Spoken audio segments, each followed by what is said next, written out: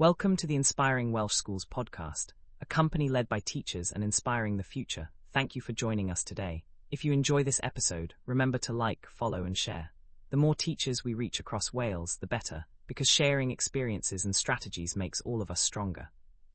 Before we dive in, we need to give a big thank you to our sponsor, Soccer Squad UK. They provide football coaching for boys and girls aged 6-11 in Llandaff North, Cardiff, every Monday and Wednesday from 5 p.m. to 6 p.m. Their sessions are structured, fun and focused on teamwork, skill development and building confidence. For parents looking for extracurricular opportunities that complement school learning, this is a fantastic option. Today's episode is going to explore the challenges primary school teachers face, particularly in the context of curriculum reform and societal change. We're going to take a deep dive into what teaching looks like in practice, how societal pressures influence classroom learning, and how teachers can navigate the complex world of modern primary education. Teaching in a primary school today is incredibly rewarding, but it's also more complex than it has ever been. Teachers are balancing curriculum demands, pupil well-being, parental expectations, inspections, digital technology, and a host of other responsibilities, all while making sure every child learns, grows, and thrives. Let's start by thinking about the curriculum for Wales. At its heart, it's designed to be holistic, flexible, and forward-thinking. It emphasizes not just knowledge acquisition, but also skills, creativity, learner agency, and cross-curricular learning. Pupils are encouraged to think critically, solve problems, and develop transferable skills that they will use beyond the classroom. The curriculum is structured around 4 core purposes: ambitious, capable learners, enterprising, creative contributors, ethical, informed citizens, healthy, confident individuals. These purposes set the tone for how teachers plan lessons and design learning experiences. But while these aims are fantastic in theory, in practice they create a balancing act for teachers. For example, teachers are asked to integrate literacy and numeracy skills across all learning areas, embed digital competence, support health and well-being, and make connections between subjects. They must also think carefully about progression, ensuring pupils develop skills and understanding at an appropriate pace. It's not just about teaching facts, it's about teaching pupils how to learn, how to think, and how to apply their learning in a meaningful context. One of the key elements of the curriculum for Wales is assessment, and this is where it gets really interesting. The curriculum encourages teachers to think about both assessment for learning and assessment of learning. Assessment should be purposeful, which means it needs to have a clear link to improving teaching and learning. Teachers are encouraged to ask themselves, what is the purpose of this assessment? Who is it for? And how will the information be used? If an assessment doesn't serve a clear and useful purpose, schools are advised to reconsider whether it needs to take place. Assessment for learning is all about using evidence to guide teaching. This might be observing pupils during lessons, asking probing questions, or looking at written work to see how well they've grasped a concept. Teachers then use this information to adapt their lessons, provide additional support where needed, or extend learning for those who are ready. For example, in a Year 2 literacy lesson, a teacher might notice that a small group of pupils struggles with blending sounds. They can immediately adapt their small group phonics work, provide extra scaffolding, and offer targeted feedback, ensuring those pupils progress without holding back the rest of the class. Assessment of learning, on the other hand, looks at what pupils have achieved over time. This might include formal tests, end-of-unit assessments, or portfolios of work. The key difference is that assessment of learning captures achievement and informs reporting, while assessment for learning drives next steps in teaching. Both types are essential, but they need to be balanced. Too much assessment can overwhelm teachers and pupils, while too little can mean that gaps in learning go unnoticed.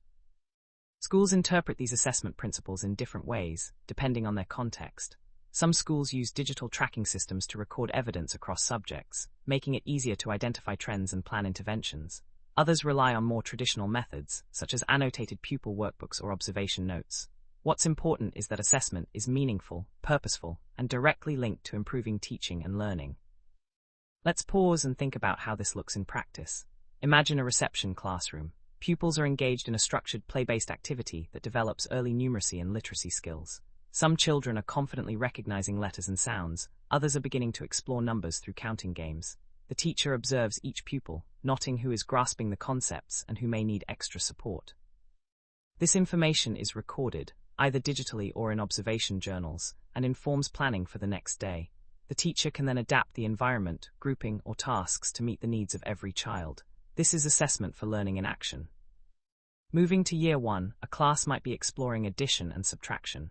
Pupils work in small groups using manipulatives and visual aids. The the teacher circulates, asking questions and prompting pupils to explain their reasoning.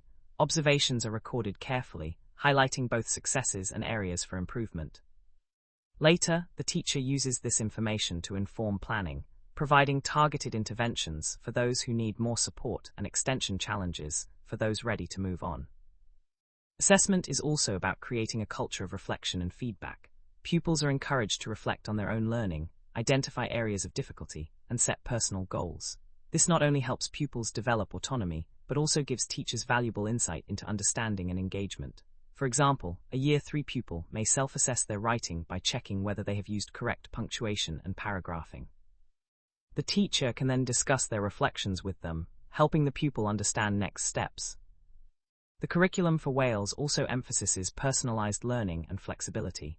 Teachers are expected to adapt teaching approaches to the needs of individual pupils, taking into account different learning styles, abilities, and interests. This means that no two classrooms look exactly the same. Some pupils may need more visual support, others may thrive in discussion or hands-on activities. Teachers must balance differentiation while maintaining engagement and progression for all pupils. Eston inspections have highlighted that schools that manage assessment effectively tend to have a strong culture of continuous improvement.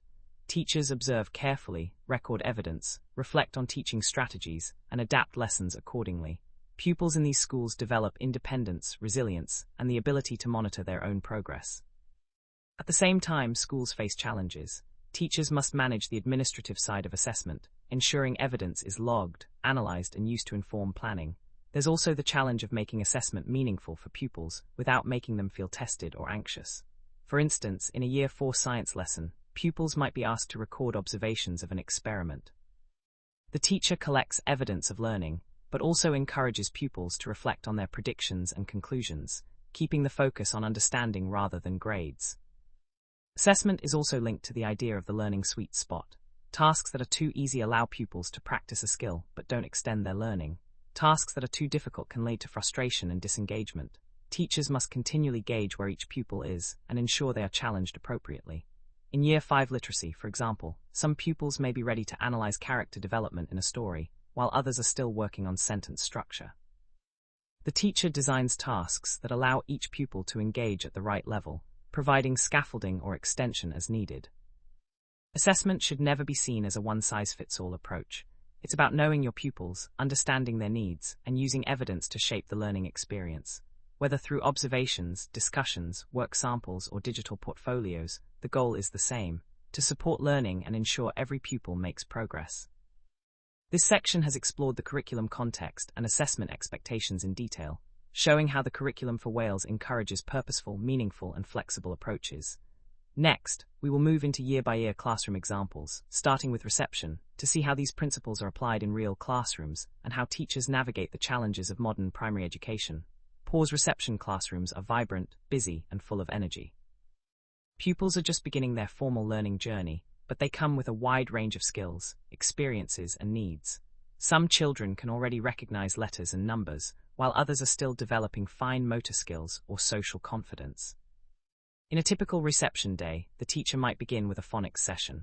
The pupils sit on the carpet, listening to sounds and blending letters. Some pupils are confident and can segment words quickly, while others need extra modeling and repetition. The teacher moves between groups, observing, prompting, and recording progress.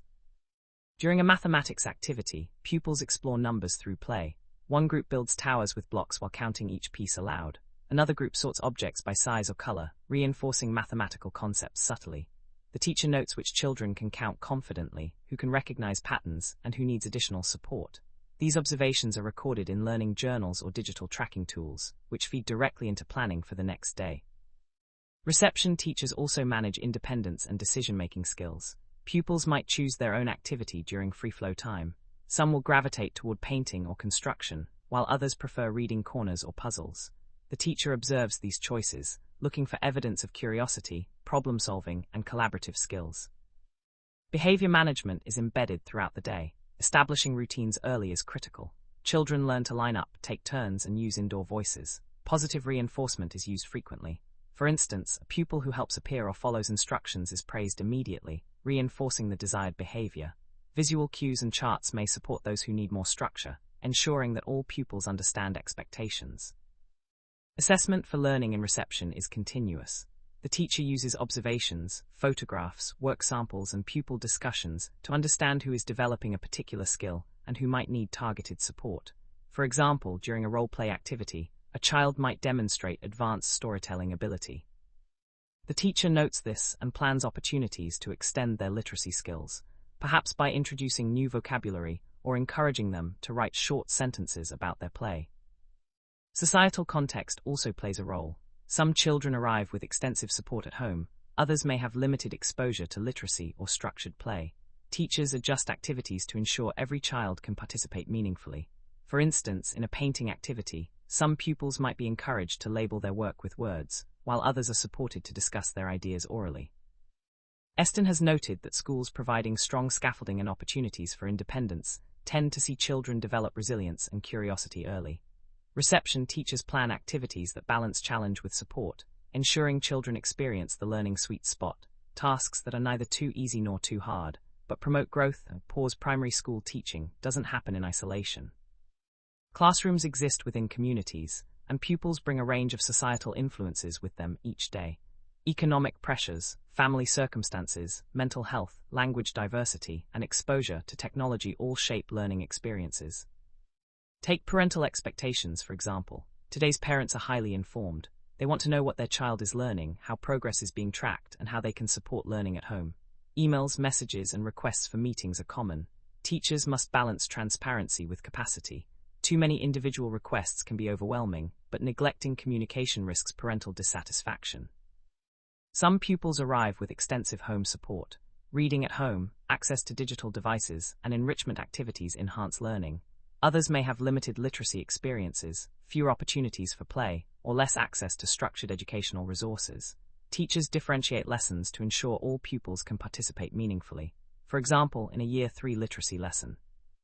Pupils with less home support may need additional modeling, guided reading, or scaffolded writing prompts. Mental health is increasingly central. Anxiety, stress, and social pressures affect learning. Teachers act as first responders. In Year 4, a pupil might struggle to concentrate because of worry at home. The teacher provides reassurance, allows a quiet space, and adjusts tasks to maintain engagement without penalizing the pupil. Supporting emotional well-being is now inseparable from academic progress. Technology is another factor shaping primary classrooms. Digital literacy is vital, yet pupils have varying access and experience. Teachers integrate tablets, interactive whiteboards, and educational apps while monitoring engagement and screen time. A Year 5 science project might involve digital data collection. Some pupils navigate apps easily, others need guidance. Teachers scaffold learning while fostering independence, ensuring that technology enhances learning rather than distracting. Diversity in classrooms is greater than ever. Pupils have a range of abilities, learning styles, and languages. Teachers use differentiation and scaffolding to meet needs. In Year 6 maths, some pupils may require manipulatives or visual prompts, while others are ready for abstract problem solving. Teachers continually observe, adapt, and provide evidence-informed interventions. Eston findings emphasize that schools addressing these societal factors with clear strategies and staff support see better engagement and outcomes. Strong pastoral care, inclusive practices, and opportunities for pupil voice correlate with higher well-being and learning success. Teacher workload and well-being is a constant concern. Planning, marking, assessment, meetings, and professional development all compete with teaching time. Eston reports highlight workload as a primary stressor. Teachers often take work home, and long hours can affect mental health and retention. Practical strategies to manage workload include collaboration, sharing lesson plans, co-planning, and resource banks. For example, Year 2 teachers might rotate planning responsibilities for science units, sharing materials and observations. This reduces duplication and fosters professional dialogue. Routine structures also help. Predictable classroom routines free teachers to observe, guide, and intervene strategically. Digital tracking tools streamline assessment, allowing quicker identification of trends and gaps. Professional development remains essential. Teachers attend training on pedagogy, safeguarding, mental health, and digital skills. Embedding new practices into classrooms requires time and reflection. Schools supporting ongoing professional learning see staff retention and classroom outcomes improve. Inspections add another layer of pressure. Eston evaluations consider teaching quality, pupil progress, curriculum implementation, and well-being. Teachers must balance authentic, engaging practice with accountability requirements. Preparing for inspections while maintaining classroom focus is a delicate balancing act. Behavior management, independence, and challenge are closely linked. Teachers create environments where pupils can work safely, take risks, and develop resilience. Strategies include clear expectations, positive reinforcement, visual supports, and scaffolding. Consider the learning sweet spot. Tasks that are too easy allow repetition but limited growth, while tasks too hard create frustration and disengagement. Teachers must gauge the right level of challenge continuously. In Year 3 maths, some pupils might solve simple calculations quickly, while others explore multi-step reasoning. Teachers differentiate using scaffolding, prompts, and extension tasks to ensure optimal learning. Promoting independence is critical. Pupils gradually take responsibility for learning. In Year 4 literacy, children might plan a story independently after a guided demonstration. They select vocabulary, structure sentences, and reflect on progress, with the teacher observing and intervening only as necessary. Behavior management supports independence. Clear routines, visual cues, and consistent expectations help pupils self-regulate. Reflection opportunities allow pupils to assess choices and learning outcomes. For example, a Year 5 pupil might evaluate why they struggled with a group project and plan strategies for next time. Differentiation, challenge, and independence are intertwined. Teachers plan tasks that allow all pupils to operate at the edge of their capabilities. In Year 6 science, some pupils conduct extended experiments independently, while others are guided through observations. Formative assessment ensures interventions are timely and effective. Eston reports highlight schools where pupils demonstrate autonomy, problem-solving, and resilience. These schools have clear behavior expectations, structured routines, and embedded opportunities for independence. Pupils understand learning objectives, track their own progress, and seek support proactively. Teachers continually reflect. Are pupils challenged enough? Are tasks too easy? Is support sufficient? Reflection, observation, and responsive planning create a culture where pupils thrive academically, socially, and emotionally. Incorporating societal factors, workload management, well-being strategies, behavior systems, and purposeful assessment allows teachers to balance pressures while maintaining high-quality learning environments. The result is classrooms where pupils are engaged, motivated, and empowered. If you're an educational company and would like to advertise with us or sponsor a future episode of the Inspiring Welsh Schools podcast, we'd love to hear from you. Partnering with us connects you with schools and teachers across Wales. Showcase how your work supports education by emailing us at inspiringwelshschools@gmail.com.